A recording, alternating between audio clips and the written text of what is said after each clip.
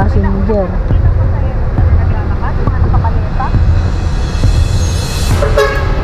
Loob na loob po talaga to ng ano, ng PPA na to. Ilang beses na kayo ma'am nakaka-order dito ma'am? Ngayon pa lang. Yari tayo ma'am. Natakbo kasi oras ko, every 3 minutes dapat ko na drop off na to, kaya lang ang haba ako ng ano din ng sasakyan. Ilang kalating oras na ho ako din nakapila. Hindi na din po ako makabaling pabalik. Hindi po ako ate ma'am, lalaki po ako. Hindi po ako babae.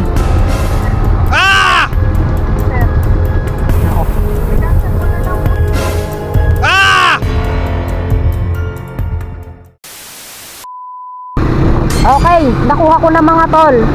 Nag-chat si customer. Pakibilisan daw dahil ang barko alis na. Tara, samahan nyo ako. A few minutes later. Oh, yung mga passenger. Passenger. Kita mo sa'yo naglalakad, mga nakabaleta. Loob na loob po talaga to ng ano, ng PPA na to.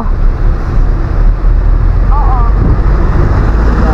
Ilang beses na kayo ma'am nakaka-order dito ma'am? Ngayon pa lang. Yari tayo ma'am. Ngayon lang din ako nakapasok dito. Natakbo ko kasi oras ko, every 3 minutes dapat ko na drop off na to, kaya lang ang haba ako ng ano din ng sasakyan. Bakit mo sasakyan? Ilang kalating oras na ho ako din nakapila. Hindi na din po ako makabaling pabalik. Wala akong magagawa ate. Hindi po ako ate ma'am, lalaki po ako. Hindi po ako babae. Ay, sir. Nako. I-cancel mo na lang kung Sa mga oras na to ay grabing abala ang nangyari.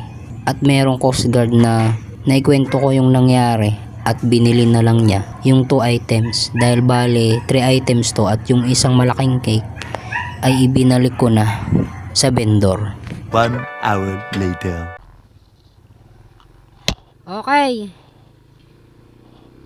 Naalala ko mga tol, nagkakahalagang 900 yung binili ng Coast Guard. So, hinayaan ko na lang na 600 na lang. Ngayon, nag-abono pa pala ako ng 300 ang inabono ko. Yung kinita ko ngayon mga tol, dun lang napunta sa kinansel ng customer na binili na ng Coast Guard. So salamat dun sa Coast Guard na bumili. Wala tayong magagawa mga tol. So move on. Kikitain pa natin yung 300. So dito naman sa nag-cancel, shout out po sa'yo. Alam nyo na pala pong paalis na kayo. Nag-order pa kayo, last hour na. Kaya sa susunod, wag kayong mag-order nang kayo'y paalis na, dahil hindi nyo alam yung abala at nasasayang na oras sa rider. Ay piroin yung mga tol, nagpagod ako sa gitna ng init, tapos madadalihan ako ng cancel. So, ilang beses na akong nakanselan, 2 na yata sa loob ng 1 taon. So ayun mga tol, grabe yung abala na ginawa ng customer na yon.